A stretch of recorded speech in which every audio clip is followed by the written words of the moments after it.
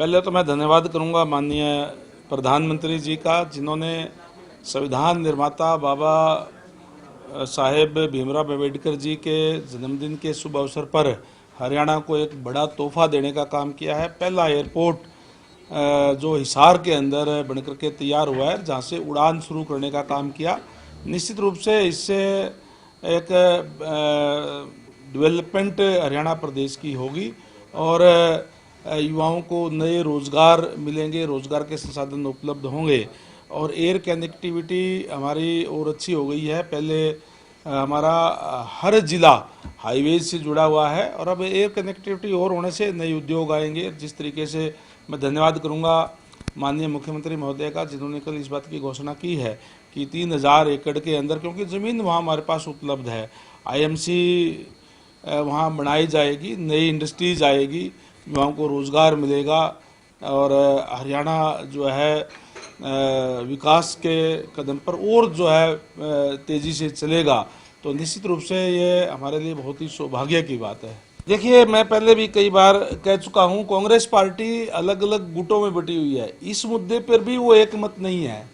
जहाँ कांग्रेस के जो सांसद है, स्थानीय विधायक, स्थानीय एमपी है वहाँ से माननीय जयप्रकाश जी, वो बार बार कहते हैं कि ये तो एरोड्रम बना दिया, ये तो जो है आपने इंटरनेशनल नहीं बनाया, इस टाइप की बात करते हैं। कभी वो कहते हैं कि जब अगर उड़ान अगर यहाँ से शुरू हो गई तो मैं इस्तीफा दे दूंगा।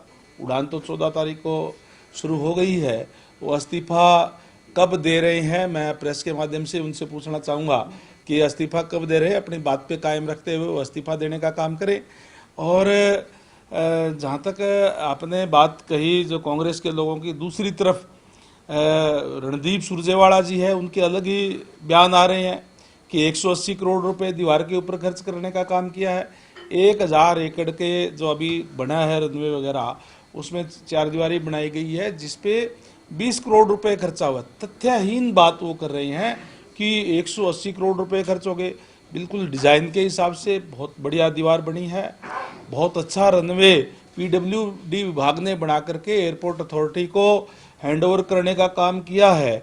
और तरह तरह की बात वो करे, जहां उनको इस बात के लिए धन्यवाद करना चाहिए। और जयप्रकाश जी को तो सबसे पहले बुका लेकर के एयरपोर्ट पे खड़ा होना चाहिए था। माननीय प्रधानमंत्री जी समम आकर के, उनकी कंस्टिट्यूंसी पड़ती है, उनको तो इस बात की खुशी होनी चाहिए थी, लेकिन उनको खुशी की बजाय उनको इस बात की परेशानी है कि हमने तो डेवलपमेंट के कार्य कुछ किए नहीं। अब भारतीय जनता पार्टी की सरकार के अंदर डेवलपमेंट के कार्य हो रहे हैं। एक और ट्वीट मैंने देखा दीपेंद्र हुड्डा जी का, उन्होंने कहा है ये तो हमारी स्कीम थी। एक तरफ तो कह रहे हैं कि पैसे आपने भारतीय जनता पार्टी की सरकार ने खर्च किए हैं, एक तरफ कह रहे हैं ये तो हमने ही बनाया है, और दूसरी तरफ कहते हैं ये तो जो है ना ठीक बनाई। ये तो इस टाइप के अलग अलग नेताओं के अलग अलग बयान है, उनके अंदर ही आपस में विरोधाभास उनका है। तो ये तो केवल और केवल मैं समझता हूँ कि फ्रस्ट्रेशन है कांग्रेस के नेताओं की, किस तरीके के बयान देने का काम आज वो कर रहे हैं। और वहीं माननीय प्रधानमंत्री जी ने 14 तारीख को ही 800 मेगावाट का जो थर्मल पावर प्लांट है उसका भी शिलान्यास करने का काम किया है। ये हमारे लिए बहुत ही सौभाग्य की बात है कि एक ही दिन में 2 जगह माननीय प्रधानमंत्री जी ने आकर के ये उनको हरियाणा से जो लगाव उनका है ये दिखाता है। और निश्चित रूप से 2047 का जो विजन है माननीय प्रधानमंत्री जी का कि विकसित भारत, उसमें विकसित हरियाणा की तरफ ये जो बढ़ते हुए कदम है, बिल्कुल फिर वो गलत बयान कर रहे हैं। किसी भी किसान की जमीन वहाँ पे एक्वायर नहीं की गई। वहाँ जो जमीनें जो थी वो जीएलएफ की सरकारी जमीन थी।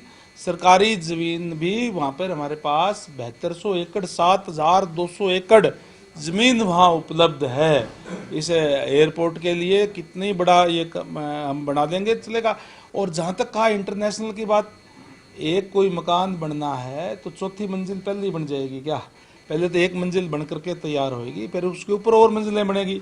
निश्चित रूप से अभी ये एयरपोर्ट बना है, अयोध्या की फ्लाइट 14 तारीख को हमारे वहाँ से हिसार से उड़ी और राम जी के चरणों के अंदर जो है वहाँ से हाजिरी लगा करके आए हैं, पूजा करके आए हैं, हमारे लिए बड़ी सौभाग्य की बात है। और आपको बता दूं कि दूसरी फ्लाइट जो शुक्रवार को जाने वो भी ऑलरेडी जो है वो बुक हो चुकी है, पूरी की पूरी फ्लाइट। और अभी जल्दी ही इसका शेड्यूल बन करके जो इसमें श्रीनगर के लिए भी, हमारे अहमदाबाद के लिए भी, जयपुर के लिए भी, चंडीगढ़ के लिए भी उड़ानें वहाँ से शेड्यूल बनेगा और जल्दी वहाँ से और उड़ेगी। चलो मैं तो यही कहूँगा कि उन्होंने अपने प्रेस के माध्यम से कहा है कि उड़ान अगर वहाँ से शुरू हो गई तो हम इस्तीफा दे दूंगा। उनका अपना बयान है, तो अब इस्तीफा दें, इस्तीफा उनका देना चाहिए। अगर वो अपनी जुबान पे रहते हैं तो उनको इस्तीफा देना चाहिए। देखिए, कई लोग होते हैं, सामाजिक तत्व होते हैं, अगर कोई इस टाइप की कोई भी बात आती है तो आपस का सौहार्द खराब करने की बात होती है। मैं समझता हूँ कि कोई भी हो इस टाइप के कोई भी लोग होंगे तो उसका सख्त कार्रवाई की जाएगी। देखिए, हरियाणा के अंदर टोटल जिस PWD जो रख रखाव करता है 30,664 किलोमीटर है, जिसके अंदर 6,300 किलोमीटर जो पुअर कंडीशन के अंदर है। उसमें हम लगातार कई जगह टेंडर हो चुके हैं, कई जगह प्रोसेस के अंदर है, और जल्दी ही माननीय मुख्यमंत्री महोदय के आदेशानुसार हम उनके टेंडर करके नया कारपेट करने का काम करेंगे। जो रोड DLP पीरियड के अंदर है और कहीं भी अगर उसे कोई पैचवर्क की और की अगर ज़रूरत है तो उसकी उनको भी आदेश दे दिए गए हैं अधिकारियों को कि जल्दी ही उनको एजेंसी से बात करके और उनके पैचवर्क लगाने का काम करें जहाँ जहाँ ज़रूरत है, ताकि आने वाले समय के अंदर हरियाणा की रोड जो है सारी की सारी चमाचम होनी चाहिए। एक तरफ तो कांग्रेस ये कहती है कि हमें कहीं से भी जांच करवा ले, हमें कोई दिक्कत परेशानी नहीं है। जब एजेंसी जांच करती है, जांच के अंदर उनका अगर दोषी पाए जाते हैं और उनके खिलाफ FIR दर्ज होती है तो इस तरीके के प्रदर्शन करने का काम करती है। ये दिखाता है कि कांग्रेस ने अपने समय में किस तरीके से देश और प्रदेश की ज़मीनें लूटने का काम किया, अपने नाम अपने रिश्तेदारों के नाम करने का काम किया, और अब एजेंसीज कोई कार्रवाई कर रही है तो इस तरीके का प्रदर्शन करने का काम जो है वो कर रहे हैं। ये इसकी उनकी मानसिकता दिखाता है कि कैसी मानसिकता के लोग वो हैं।